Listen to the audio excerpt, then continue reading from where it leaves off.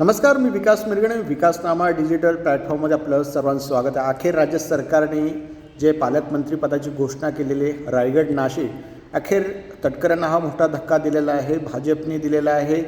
अर्थात रायगडच्या पालकमंत्री जे स्वप्न पाहणारे भरत गोगावले रायगडचे पालकमंत्रीपदी जे आहे त्यांच्या नावाची घोषणा करण्यात आली.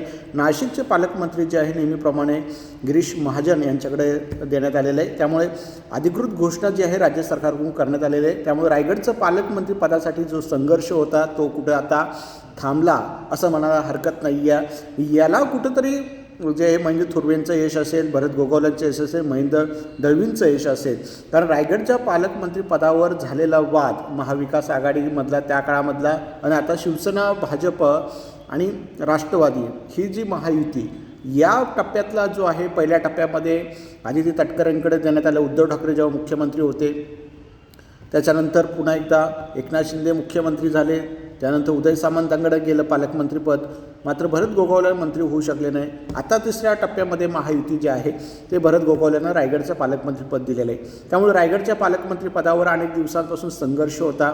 मग विधान परिषदेच्या निवडणुकीनिमित्त आणखी तटकरेंना उमेदवारी जाहीर करणं, पालकमंत्र्यांसाठी तह करणं, हे सगळे होते. अखेर लोकांना वाटलं तटकरे बाजी मारतील, पण तटकऱ्यांचे दिवस फिरलेले आहे. ज्यावेळेला अजित पवार गेले आणि तटकऱ्यांचे दिवस फिरलेले आहेत. अशाच प्रकारे हा तटकऱ्यांना मोठा धक्का मानला तो. कारण शेवटी अनेक वर्ष रायगडचं पालकमंत्रीपद हे तटकरेंकडे, म्हणजे स्वतः सुनील तटकरे अनेक वर्ष 15 वर्ष ज्यावेळेला काँग्रेस राष्ट्रवादी सरकार होते तेव्हा पालकमंत्री होते. त्यानंतर मग आदिती तटकरे, नंतर उदय सामंतसुद्धा हे त्यांच्या जवळचेच होते. कारण उदय सामंत हे राष्ट्रवादी काँग्रेसमध्ये होते ज्यावेळेला राज्यमंत्री, नगरविकास राज्यमंत्री, त्यावेळेला ते सुद्धा होते. अशा दृष्टीने जर आपण बघितलं तर उदय सामंत आणि त्यांचे चांगले संबंध होते. त्यामुळे रायगडच्या पालकमंत्रीवर नेहमी तटकऱ्यांचा करिश्मा होता.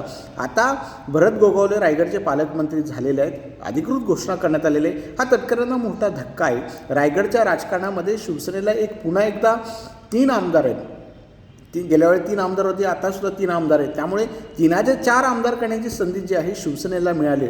आता भरत गोगावले हे कॉमन मॅन म्हणून ओळखले जातात. एक सर्वसामान्य शिवसैनिक ते नेता, आमदार आणि जिल्हा परिषद सदस्य, आता मंत्री, या सगळ्यात प्रतोद, ह्या सगळ्या भूमिका त्यांनी पार पडलेल्या आहेत. त्यामुळे रायगडच्या राजकारणामध्ये आपण जर विचार केला तर एकूणच काय, भरत गोगावलेंचं स्वप्न साकार झालं. आता वेळ आहे, केवळ 3-3.5 वर्ष राहिलेले आहेत. सरकारला आता ऑक्टोबरला साधारणपणे 2 वर्ष पूर्ण होतील आणि मग सरकारकडे किंवा मग 3 वर्ष काम करायला 2 ते 2.5 वर्ष, पुन्हा निवडणुका येत आहेत, परत आचारसंहिता लागतात, मग निवडणुकीचे पडघम असतात. अशा दृष्टीने भरत शेठ गोगावलेंना एक चांगलं काम करण्याची सुवर्ण संधी आहे. त्यामुळे मग आता भरत गोगावलेंनी याचं ब्रेक करावं, राष्ट्रवादी काँग्रेसचं ब्रेक लावावं, भाजपचं ब्रेक लावावं, असं न करता या सगळ्यांना जुळून घेण्याचा प्रयत्न भरत गोगावलेंनी करावं. या भूमिकेत त्यांनी असलं गेलं पाहिजे. मूळ मुद्दा असा आहे की रायगडच्या पालकमंत्री पदासाठी महेंद्र थोरवेंनी